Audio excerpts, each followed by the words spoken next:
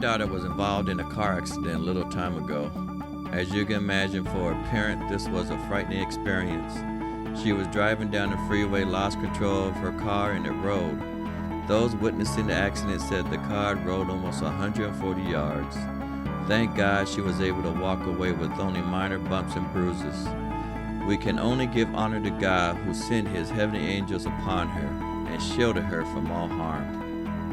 As she was sharing her experience of the accident, and you could still tell she was still shaken up, she said the paramedics was on the scene so quickly because they were passing from the opposite side of the freeway. As my daughter was trying to exit the car, which was upside down, she said when she looked up, they were looking down, asking her if she was okay.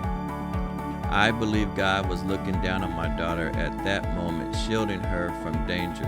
And I can only hope and pray that she will continue to fix her eyes on God as God continues to look down on her. God looks down on us every day. In Psalms chapter 53:2, God looks down from heaven on all mankind to see if there are any who understand and who seeks God. When we look up to God, our eyes should be fixed, but that requires faith. In Hebrews chapter 12:2, fixing our eyes on Jesus, the pioneer and perfecter of faith, for the joy set before him, he endured the cross, scorning his shame, and sat down at the right hand of the throne of God. God waited to deliver the ultimate fulfillment of his promise so that we, those who are alive now, would have an opportunity to be saved.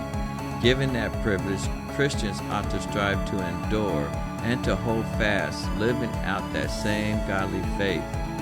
Keep your eyes glued on God to lead us in the path of righteousness, to provide power and strength when we stray from the path and deliver us from all harm. He's interested in our hearts, and our actions should confess that faith. We should not forget just how good Jesus has been to us, so when trials come our way, we know where to fix our eyes. In Psalms 121, 1-2, I lift my eyes to the hills, from where does my help come? My help comes from the Lord, the maker of heaven and earth.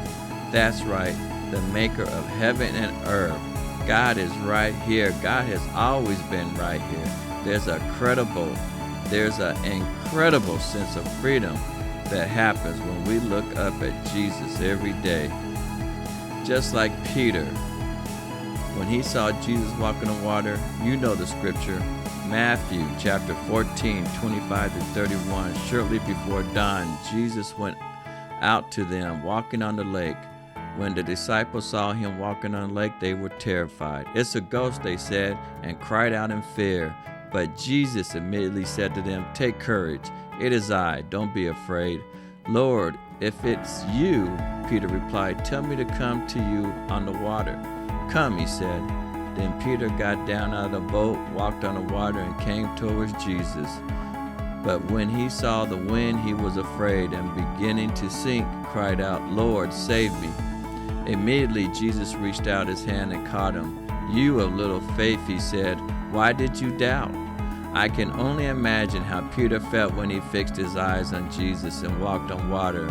But still, we hold doubt in our heart, because when storms start to brew in our lives, our eyes are no longer fixed on Jesus and we begin to sink.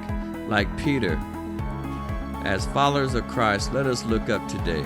Let us look up today, trusting that God knows exactly what you are going through and that He is faithful and true to bring you through.